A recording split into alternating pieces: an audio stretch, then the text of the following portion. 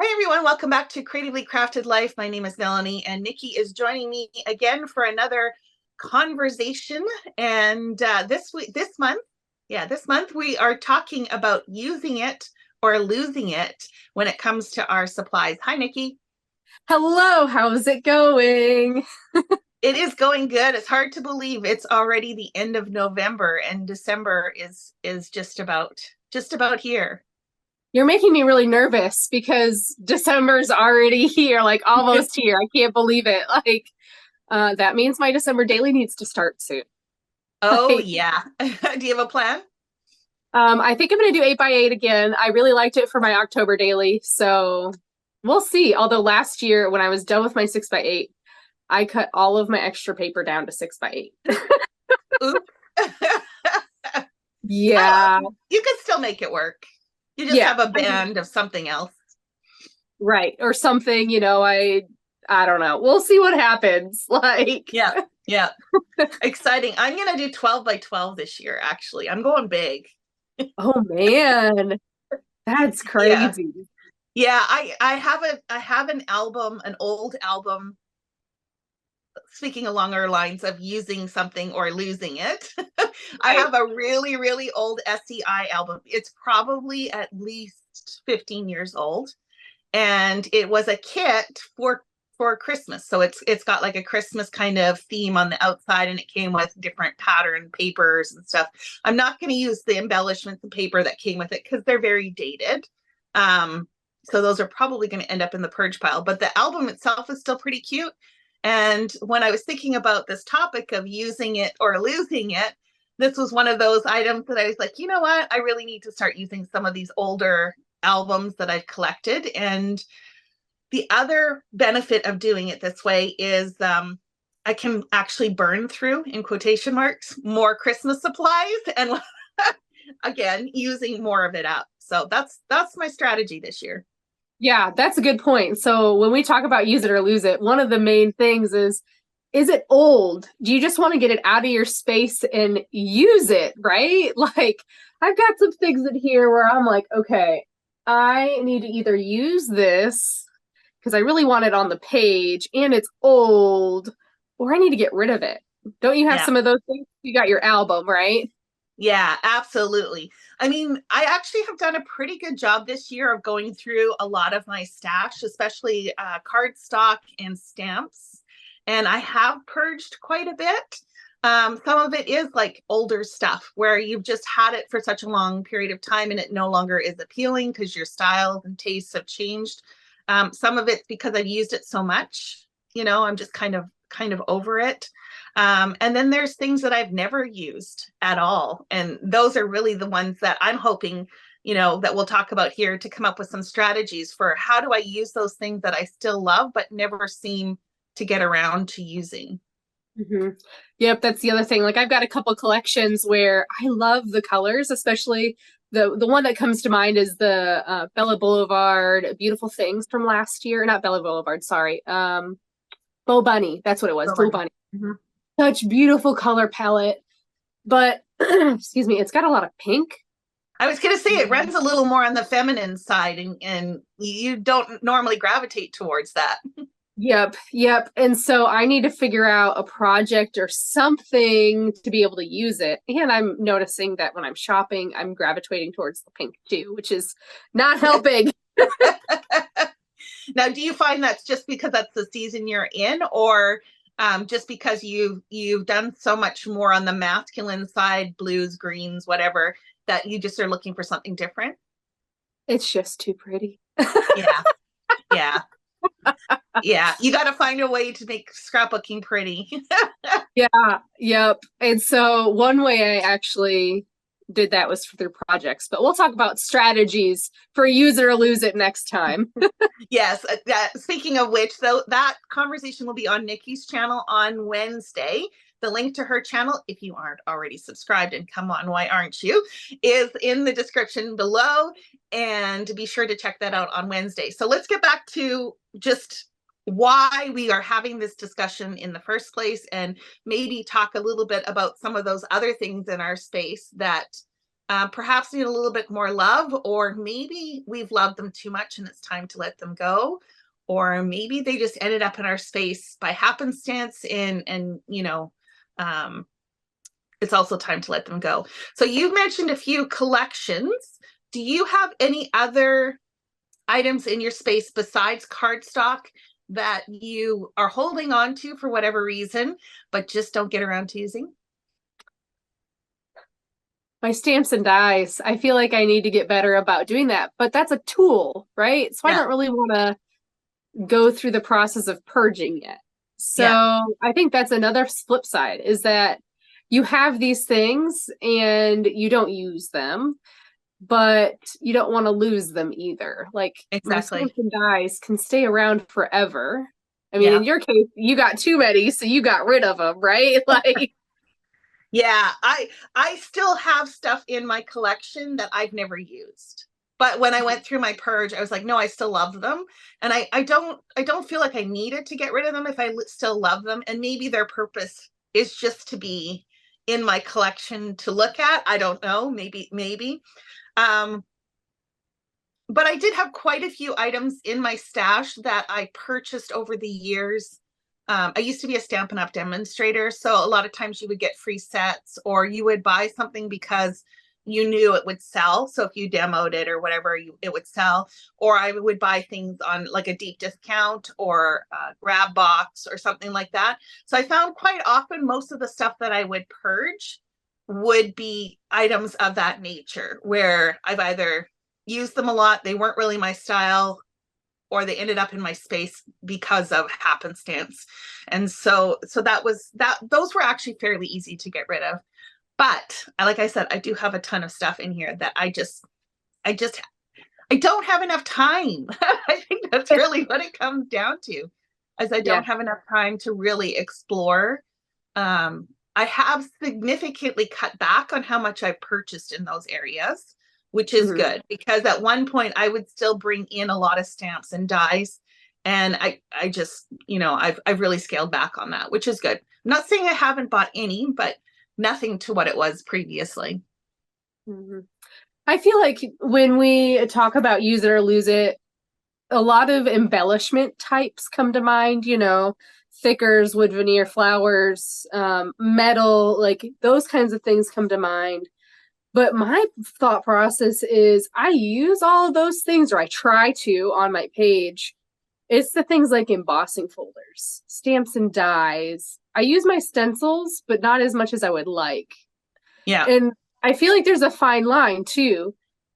Do I want to use a stencil on every single page? No. No. But do I have stencils that I've never used? Yes. But it's a tangible item that I can reuse. So if I Right. don't even use it once, do I lose it? Like, those are some good questions to ask yourself as you're looking at your space and being like, I haven't used this yet. Do I even like it still? Right. Do I need to get rid of it? Right. So yeah, and along those lines too, when you're assessing, it's like I'm getting to the point where I'm at max, right? My little craft room, and it's not, I mean, I'm not going to complain. It's not small, but it's not large either. It's about 10 by 10. Um, it's at capacity. And I have never been one that has said, this is the container, and when this container is full, I have to get rid of some stuff. I know now we're getting into strategies. I know that that's a strategy some people use, but I've never been that person. I've always just been, oh, I'll find a way to make it work. Yep. I'm no longer able to, I'm struggling to find ways to make it work. And so I know that's definitely a reason why I've had to purge, is just because I just literally have no more space. So Yep. that's my main reason of why I would lose things. Similar to you with stamps and dies, obviously I have those as an issue, as a use it kind of thing that I need to find some strategies for. I also have a lot of other tools, like my Silhouette die cutting machine. I don't use very often. I have things like my Glimmer hot foil system and Better Press, and I know myself that I should not purchase these things because they're extra. And by extra, I mean they take an extra step to do. And so what I really need to do is talk about, or maybe you can give me some suggestions, or our users can on Wednesday's call, like what strategies can I use to work that into my process so that I do use them? Because what happens now is I work on a page. Could I use it? Yes. But I go, oh, then I got to pull this out, do this, do that, forget it. I'll just use something else that's easier. Yeah. I got a scan and cut sitting right next to me that I hardly ever use. And it might be time to get rid of it. Yeah. I don't know. I hate fussy cutting, and so that's why I have it. But the chore of pulling all the extra stuff out, and then I have to sit there and watch it because the blade doesn't stay like as far down as it needs to cut the paper. Really? So I have to like pause it halfway through the thing. And this is because I have an older version. The newer versions are probably better, but I have to pause it, adjust the blade, and then continue cutting. So it's like, might as well just freaking fussy cut it. Yeah. Yeah. And especially if you don't have a huge volume, right? If you've only got one or two pieces, it's like, you know, kind of thing.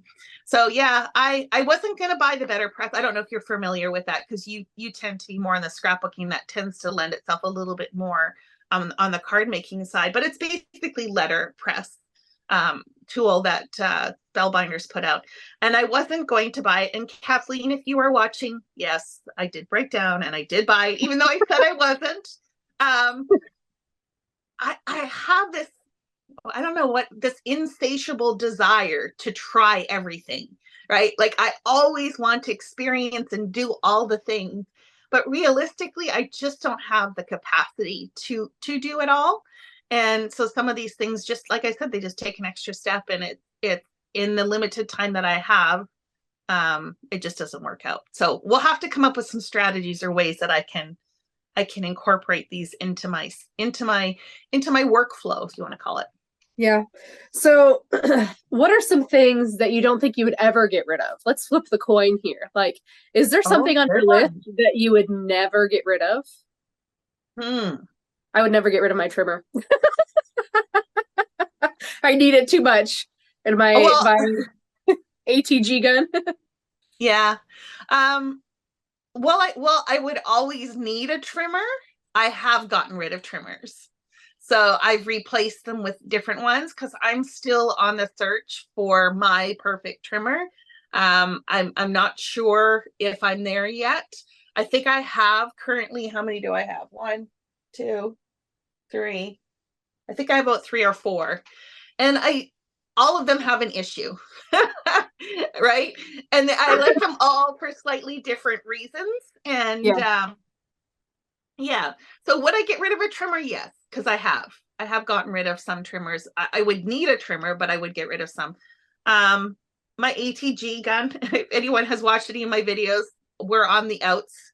So I actually just take the ATG tape and I just hand roll it. No. Yeah. What? Yeah. What happened? Why do you not like it? Are you left-handed? I've heard that left-handed people don't like it. No, I'm not. I'm right-handed, but it never fails to not wind properly. And then I get like this big bundled mess or whatever. I don't know if I'm doing it wrong or what. It just frustrated me so much that I just put it away. And you know, it's actually not that bad to just wheel it with, like, just use your hand. The only problem, of course, is that you get the tape, like the release tape. But even that, I just rip it and just chuck it. So it's not that big of a deal. But yeah. So I don't even know if that would be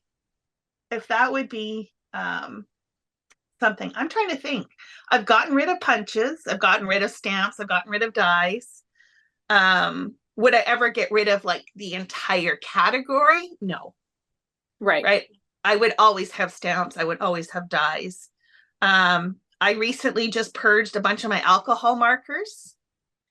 Because I had not Copics, no, the Spectrum Noir ones, because I had a bunch of other ones that I had bought. So I bought a set of Olo markers, which I really like, and I like them better than the Spectrum Noir. And it was like, do I do I keep them? You know what I mean? And so I just said, you know what? A friend of mine really likes them. So I just sent them to her, and at least then they'll be used. And I've got still plenty for what I need. Right. So again, it's not that I would get rid of the alcohol marker category, but in this case, I just like these better. And I have some Copics and stuff like that. So between all of them, I still have a pretty good set. What about embellishments? Is there an embellishment that you really don't like? I'm trying to think. It's hard too because like you've gone through your stash and you've probably whittled down everything to what you already love. Yeah. My biggest problem is I pretty much like everything to some extent, right? But so it would be more within that category of things that I wouldn't like. So an example, I just got rid of blank or naked chipboard alphabets. So I love chipboard. I don't like them when they're just plain, where you have to paint them or do something, because again, it's one extra step. And I'm just not going to do it, right? So I just got rid of all of those this summer. Do I still have chipboard? Yes, but I got rid of those things. I'm not a huge fan of loose alphabets, like the ones that don't come with any backing on them and they just come in a package and they're all jumbled together. It's not that I don't like the product. I don't like the method of storing them because I don't like to dig, right? So for me to have to go through a container to find the letters to spell out a word, it's just never going to happen. Like, I'm just not going to do it. I think part of this use it or lose it is there is some emotional attachment to the item that you're trying to get rid of. And Right. so in your brain, you're thinking, I better use this. Like, I want to use this. Or if I don't use it, I probably just need to get rid of it, even though I like it. Yeah. Right. So when we compare to the things of like loose chipboard, those are easier to tackle because you already know that you don't want to dig. Yeah. So I think we need to focus on those things that are like, I still like it, but it's been here for way too long. I need to use it, or I need to get rid of it to make room for something else that I really like. Right. So I guess the question is, why aren't you using it? What's preventing you from using that item in your stash? So I've heard people, I don't know if you are familiar with October Afternoon. Are you familiar with that manufacturer? They kind of have a vintagey kind of look. Stephen Duncan was one of their main designers. He now works for Cartabella and designs quite a bit of their lines. So it does have like a vintage kind of flair, cartoonish almost. And I've heard many people who hoard that supply because it's so pretty or beautiful, or they love it so much that they can't use, they're afraid to use it, or they can't use it because they can't replace it. Right. Mm-hmm. So I think that's one reason why we don't use something is it's precious, right? So how do we make it less precious? We'll have to talk about that on Wednesday's call, if we remember. we're not always good on delivering on all of this. So you guys, those of you are listening, you have to call us out if we forget something. And then there's just things that you like, but you don't know what to do with them. Right. So I love a lot of vintage items, like Tim Holtz, kind of vintage inspired, but it's not my normal go-to aesthetic. So how do I incorporate that in, or what do I do with it? I buy it because it's cool and it's neat, but I never use it because it just doesn't fit. So do I lose it, or is there a strategy or a way that I can incorporate it into my crafting? My problem is steampunk. I love gears. I love metal. I don't do that on the day-to-day, right? Yeah. Or like underwater stuff, like coral and mermaids and all those teals and blues. I love it. Love the look of it. But I don't go to the aquarium every day. Yeah. Yeah. Yeah. So how do we be less literal with some of this stuff, right? So just because it looks like it's for an aquarium, can we use it in other ways that are perhaps a little bit more accessible? and not be quite so literal. And I struggle with that, right? Like I look at pumpkin paper and I see pumpkins and I got to use it with pumpkins or something fall related. So I get it. I get it. Some people are really good at twisting it in the way they look at it. I'm not one of those. I tend to be on the more literal side. So I bought the Simple Stories Vintage Lemon Twist, and I have not touched it because of that. Yeah, Melody's going, me too, me too. It's because I'm just too literal. I'm like, okay, I need to figure out squeeze the day somehow. Yeah, and lemons, like, okay, what I have to go to a lemon orchard, or like I don't like what do I do with it?